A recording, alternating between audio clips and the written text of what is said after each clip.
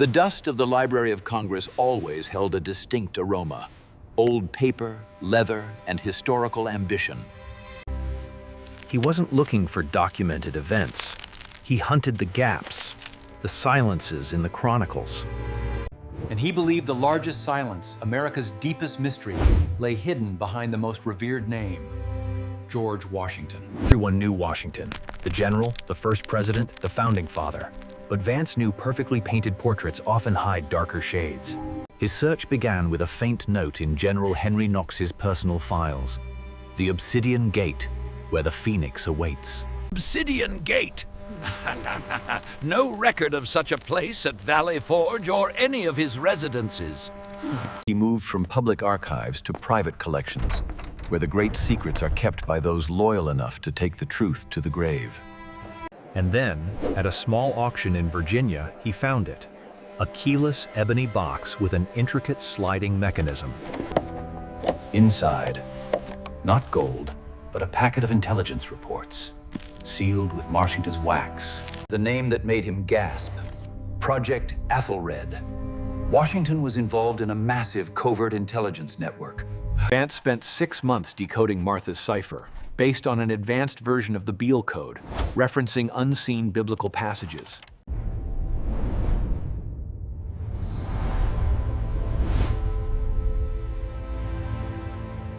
Its goal wasn't just defeating the British, but ensuring the new American government model would never erode from within.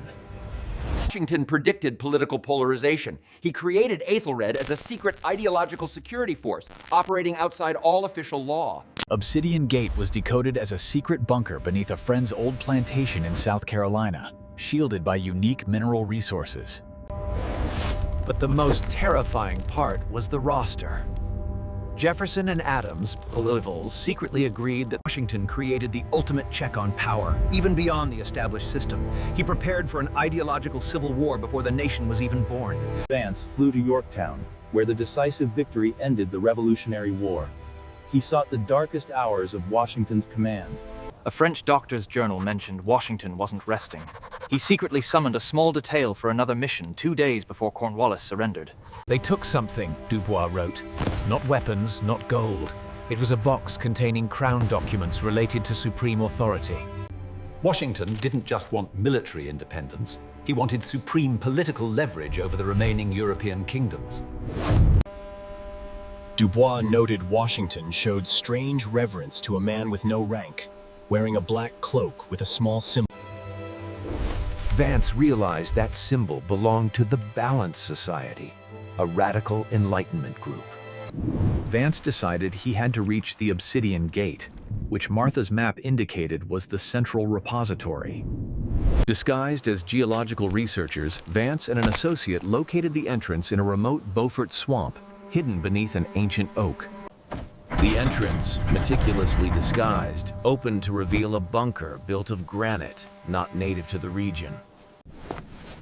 The chamber was cold, dry, holding no weapons or gold, only massive shelves of handouts. When he touched the seal, a hidden mechanism activated. A stone wall behind the pedestal silently slid open. This was the final archive Washington kept hidden, even from Martha, a thick, cowhide book with no title. The book began with Washington's handwriting, detailing his obsession, culminating in a chapter titled The Great Curse. Washington confessed that to secure absolute support, he accepted a secret pact. The U.S. would not pursue imperial aims. The most unbelievable part? Washington allowed the secret council to design the nation's currency, embedding mechanisms into the very money itself. Washington resigned not just on principle. He resigned because his primary task, installing Athelred, securing the nation's foundation, was complete.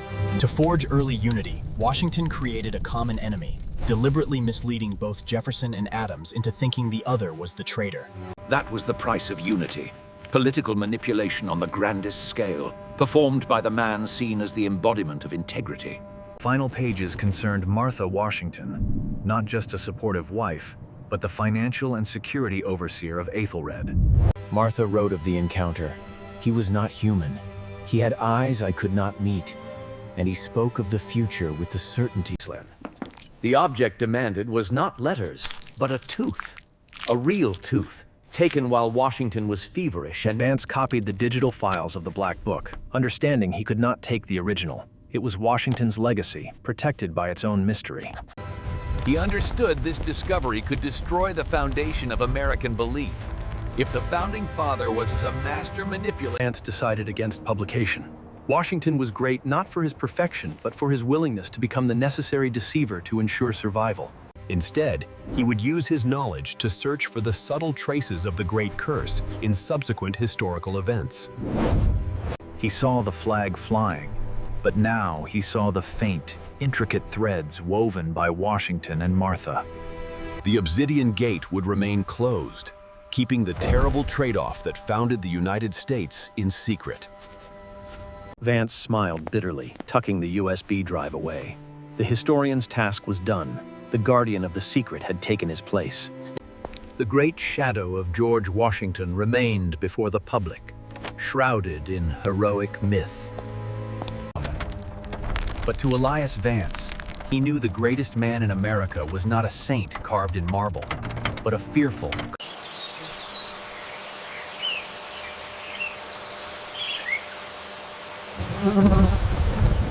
The foundations of the United States were secured by a terrible gamble, hidden by the very men who championed liberty. The invisible hand guiding the nation was not divine providence, but a secret contingency plan devised by Washington himself. He architected the visible government, but his true masterpiece was the invisible structure designed to police it.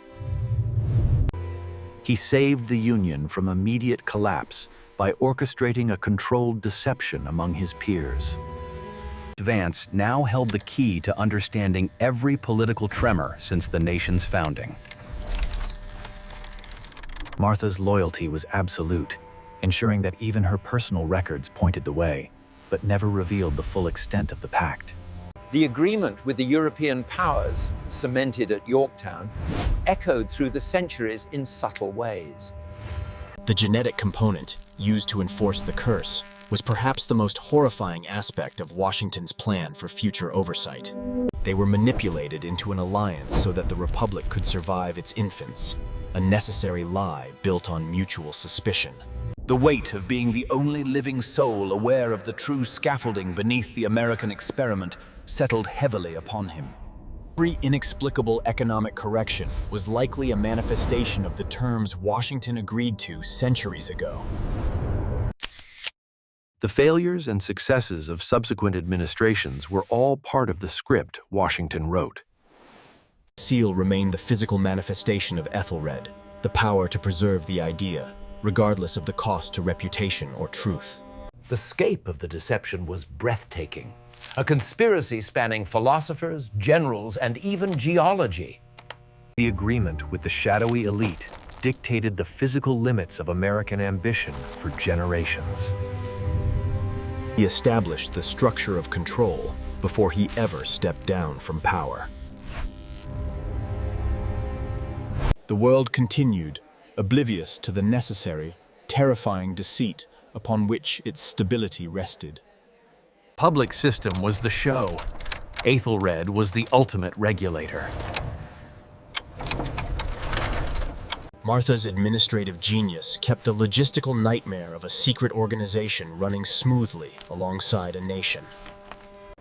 He now looked at the symbols of democracy and saw the intricate cage Washington built to protect them. Every dollar bill was a contract, a physical reminder of the price paid for national unity. To know the heroic narrative is a lie is to carry a burden heavier than any physical treasure. The vast, unchecked American empire was deliberately curtailed by its own founders' pact. Washington neutralized his greatest domestic threats by making his enemies believe they were fighting each other. He sacrificed his personal sanctity to build a shield around the fragile idea of the Republic. The price of their peace was the corruption of their foundational myth. The most binding commitments were those made in shadow, signed in blood or essence. The Black Book was left where it belonged, waiting for the next generation, brave or foolish enough to search for the truth. The founder's hand guided the slightest disturbances in the historical current. The official history was merely the successful public relations campaign of the American Revolution. Integrity was sacrificed for existence. The digital file was his cross to bear.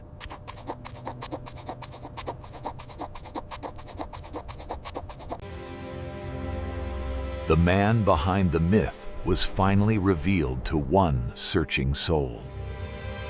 The shadow of the great man remained aloft, protected by the very deception he enacted.